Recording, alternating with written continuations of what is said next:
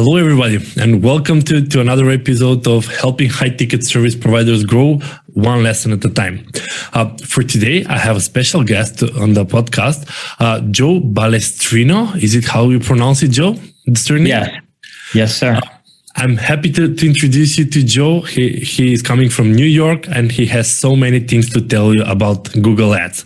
Joe, welcome to the show. No, thanks for having me. Appreciate it. I was actually checking you out on Amazon. I saw that you have several books on the subject. So I thought, okay, this is going to be an interesting talk. But perhaps, Joe, you should give us a short, really short introduction on who you are and what you do. So for the people that are listening for you for the first time, to get an idea on who you are. Yeah, so I'm a digital marketer. I primarily focus on SEO and paid search. I've been doing it since 2004. And as you said, I'm on Amazon. I've written a couple of books. I do consulting, and it's, something that I love doing. Nice. And you've started directly with paid data or SEO because in 2004, that's like 15 years ago. I mean, was it Facebook alive at that time even?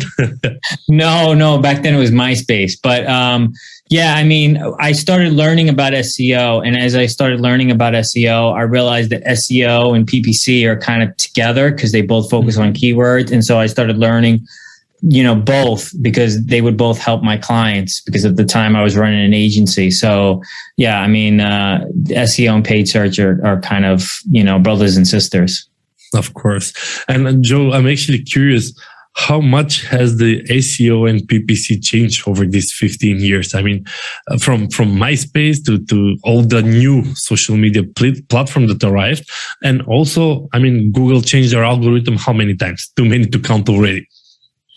Yeah, I mean, it's funny because SEO back then, like Google would only update every 3 months. So if you ranked number one, you were good for like 3 months and you would be, but sometimes even longer. But now it like fluctuates all the time. And a lot of things have changed in SEO and PPC, but a lot of things are still the same. And even as long as I've been in the industry, there's things that I thought at this point people would stop doing. But there's just, there's either misinformation or they just don't understand enough. And like every day I see the same mistakes being made over and over again when it comes to both SEO and PPC. I see. And talking about the mistake, we had a slight conversation before the show. We were discussing about Google Ads and consultants, how consultants are not really happy with the Google Ads and how either they're not happy or actually they don't know how to do it.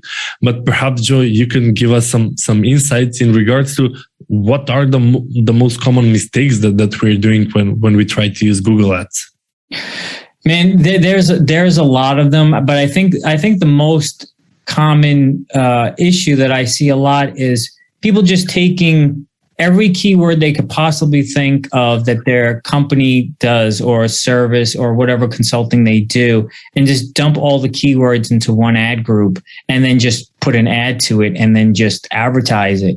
And if you're a consultant and you're just putting in, one keyword or two keywords and they're broad match, you're just opening up a can of worms because you're casting the widest net possible and you're getting everybody who's researching, who's thinking about doing it as a business, trying to figure out how to do it themselves.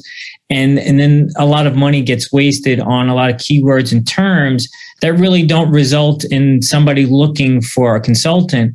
And then a lot of people will say, well, Google Ads doesn't work for me because I spent X amount of dollars and I didn't get anything out of it. But a lot of times, Google has evolved so much and Google's given us a lot of features to actually help us kind of, get more specific. Like in Google Ads, if I have good data, I can narrow down people to a zip code or, to a city.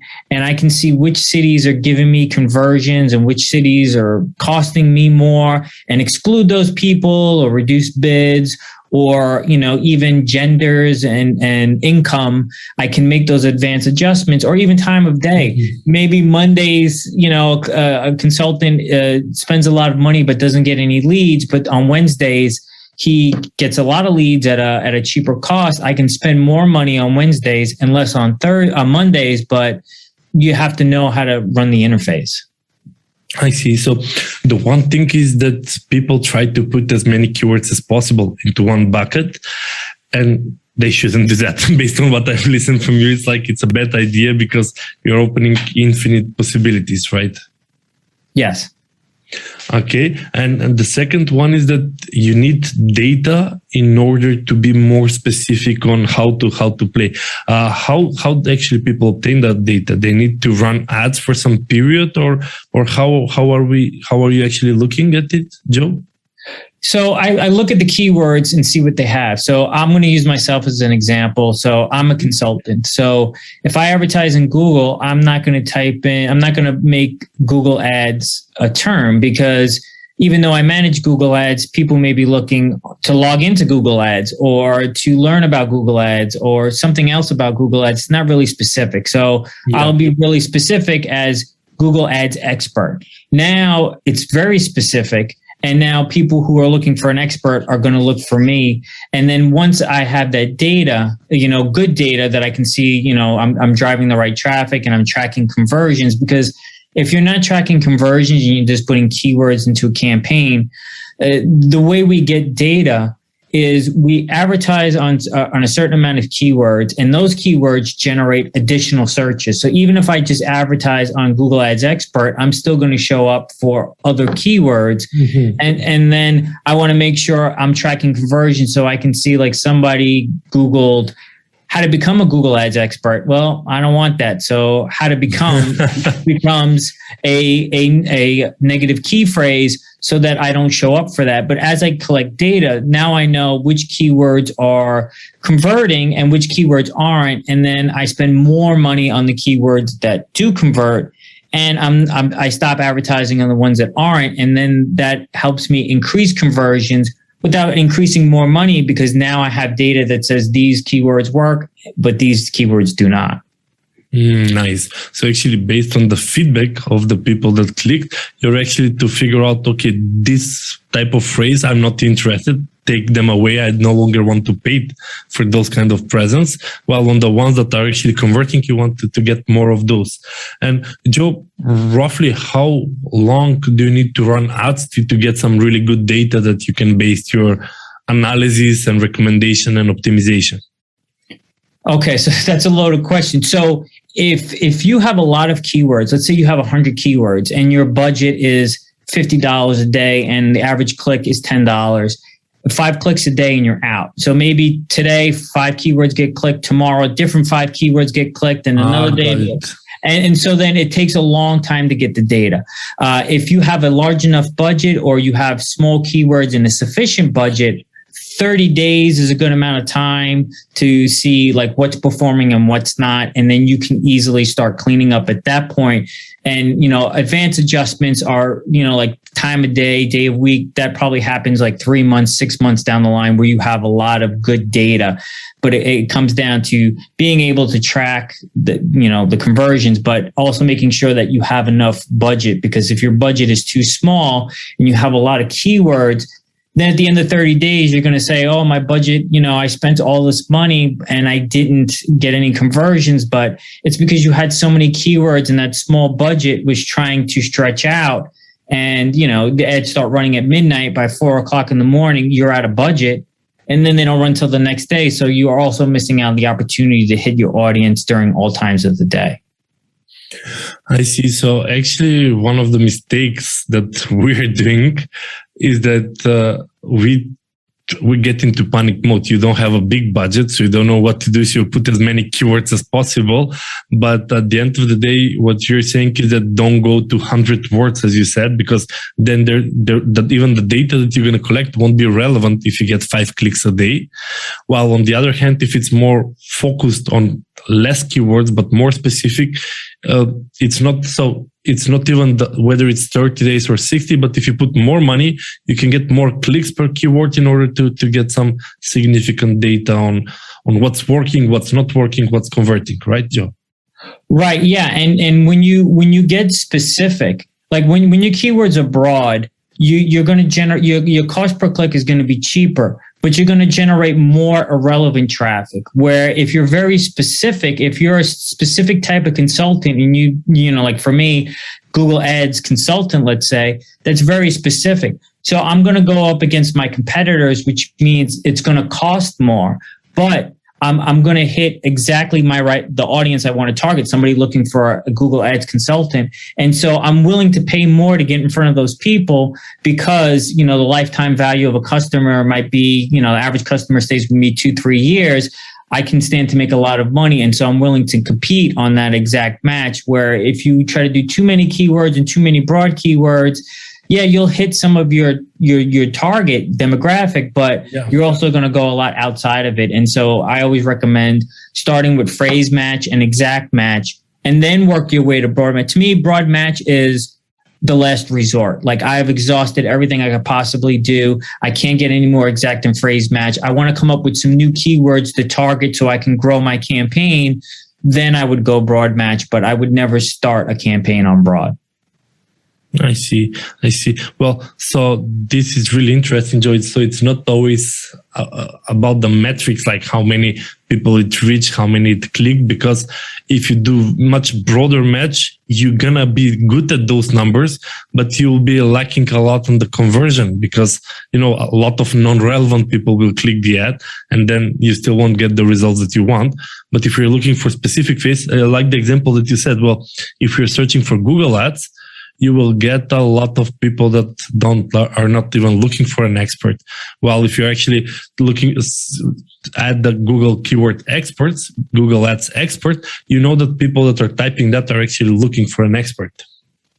Yeah, exactly. And so it's important to understand, like, you know, and it's always better to be exact, because then you know, like you're hitting the right people, you know, the right audience who are looking exactly for, you know, what you stand to offer.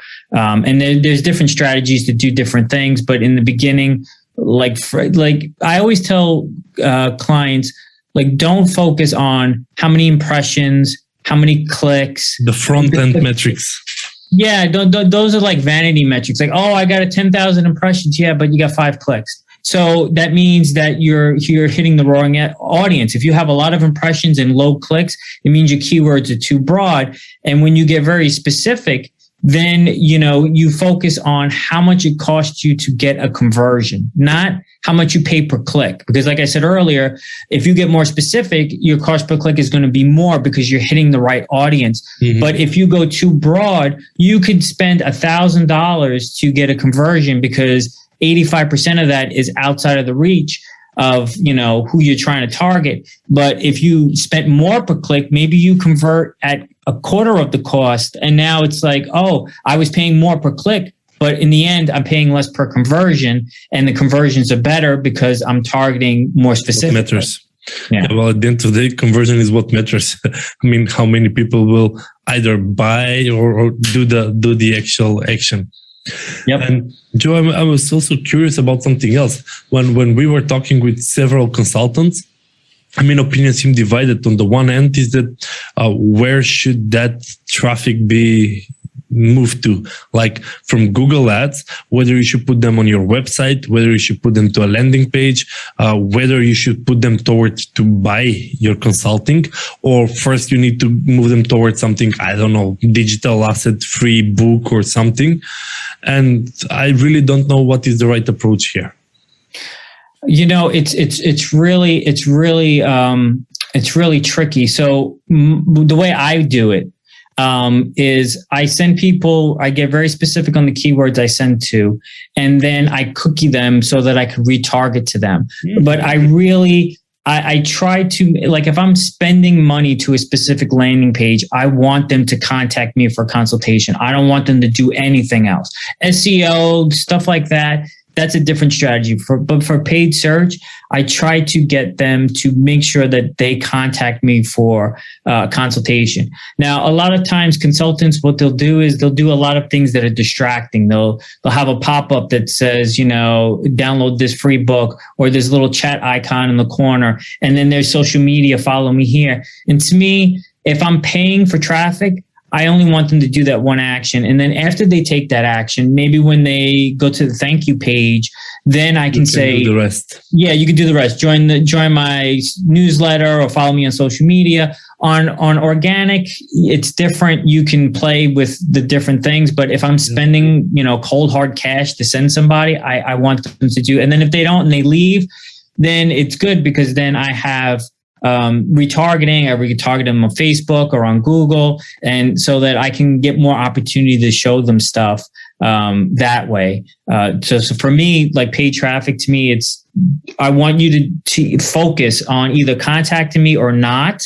And then if you don't, then that's okay. I'll retarget you. But if I give you too many things, you either take the wrong action that's not as important, or you're overwhelmed and you just don't take any action.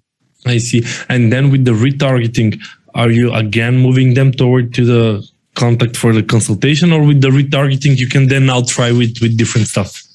Yeah, with the retargeting, then you can try different messaging. You can say download like I have books, so I'll have digital books. So sometimes it'll be, download a free copy of my book, or if I'm doing a course, it'll, access this free course, whatever it is that you want to do to get them to come back, so that you can get the information, so that you can put them in your funnel or whatever other marketing channels that you're doing. And then you can do it that way. Sure. Nice. Yeah, no, I was curious because, there are so many theories and on what is the best way. And of course, some people are like, well, just bring them on an ebook. And then you're like, well, I'm actually paying money for traffic to bring them. So then the discovery call should be actually, and as you said, Joe, depends also on your business, because some have some training. So they, instead of going to a discovery call, they're just moving the traffic toward either some online training or some coaching session.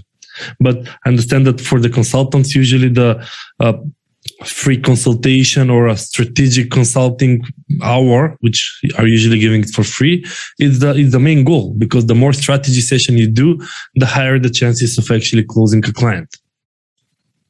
Right, exactly. Got it. Well, actually, that was quite interesting.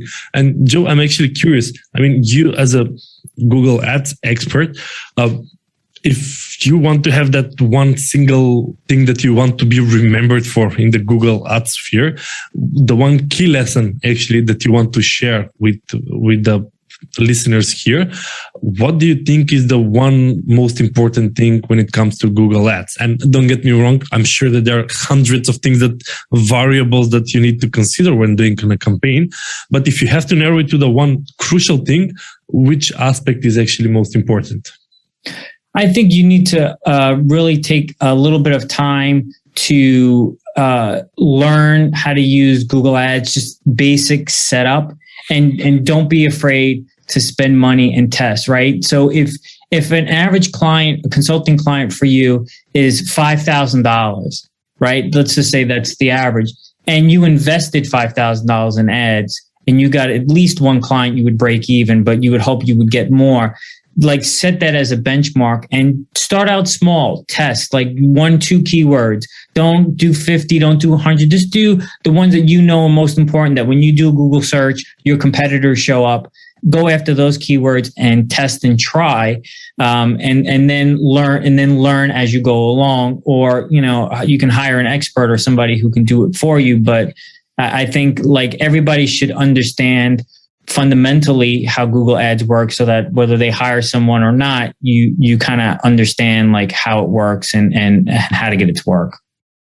Yeah. I think that also the user interface is quite convenient. I mean, Google is helping you to get your money, so they don't really do an extra effort in helping you, like setting up the campaign.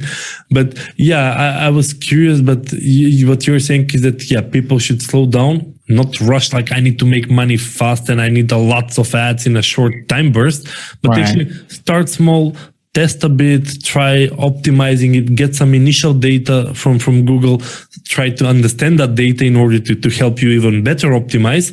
And once you actually get a winning combination, then you can start scaling it up.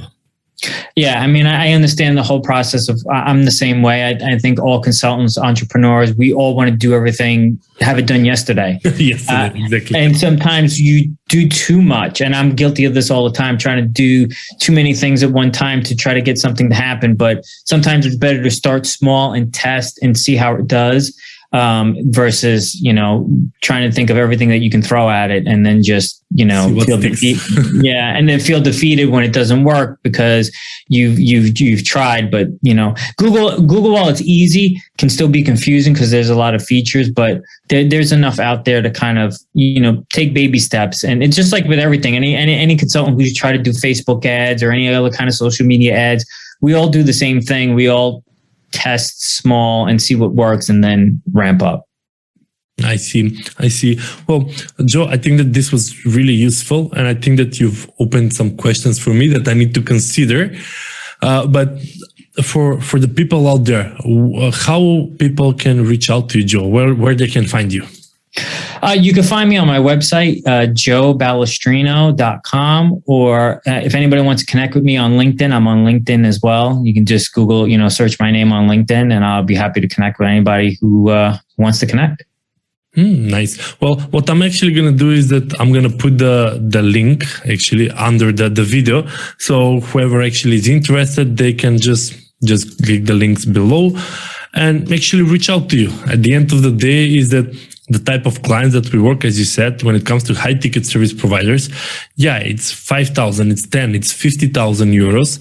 And when you have that kind of a product, is there any percentage that you should expect from, you put it really good, Joe, like you have a $5,000 service, how much you should expect that it's normal? And of course, it depends on industry, on everything, but in the consulting world, 10K is much simpler word for me, but if I have a service of $10,000, how much should I expect that I should put into ads in order to get a client?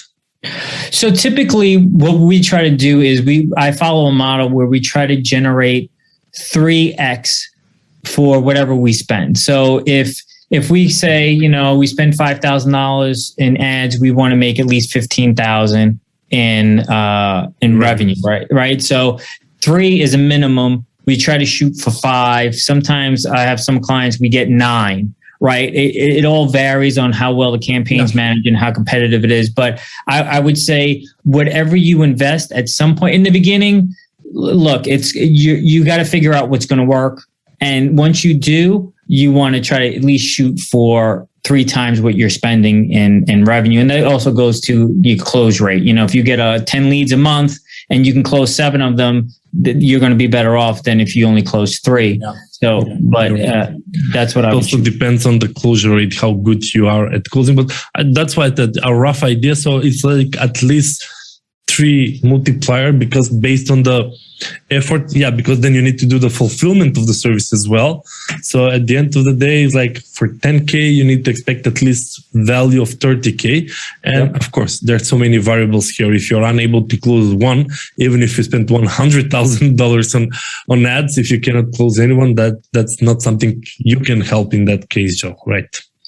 Right. Yeah. And I think most consultants, I think consultants are naturally salespeople because they you have to be able to talk about what you do. And so you're naturally selling yourself. So I've never come across a client who had a really poor close rate that was a consultant. So I think consultants are really high up on the scale of being able to close deals. And even if it's half, it's still a good 50% close rate is still a good close rate.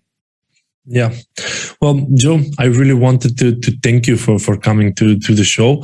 I think that I found it really useful because, when it comes to ads, I really have some gaps in my knowledge. And I truly hope that all the listeners out there actually could benefit from this episode, because at the end of the day, nobody wants to throw money into air or put on ads that they don't convert or that they don't work. So at the end of the day is that, you need to understand what you're doing in order to start getting return of investment. So I really appreciate for coming on the show. And for everybody else, guys, have a great day.